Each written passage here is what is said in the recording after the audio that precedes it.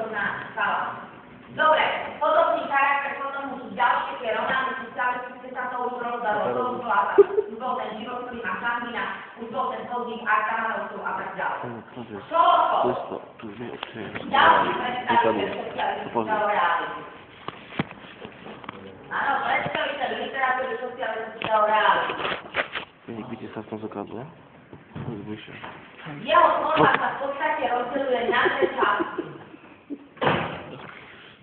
Prvá časť je literatúra z medzivojnového obdobia a tam patria tieto diela zbierka poviedok, Domce, poviedky.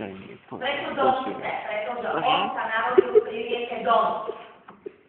A tá rieka Don, to bola jeho taká inšpirácia a preto sa aj nazval Domce poviedky. Román Epopeja je obrovský rozsiahlý román, čo vlastne niekoľko desiatok rokov do života ľudskej spoločnosti. Preto to bola Epopeja. A volalo sa Dom. Potom napísal román Rozhoraná cerka, ktorý práve otváranie družstiev, Rozhoraná celina. Hej, to je vlastne román, ktorý dokazuje kolektivizáciu, zakladanie družstiev na Ukrajine.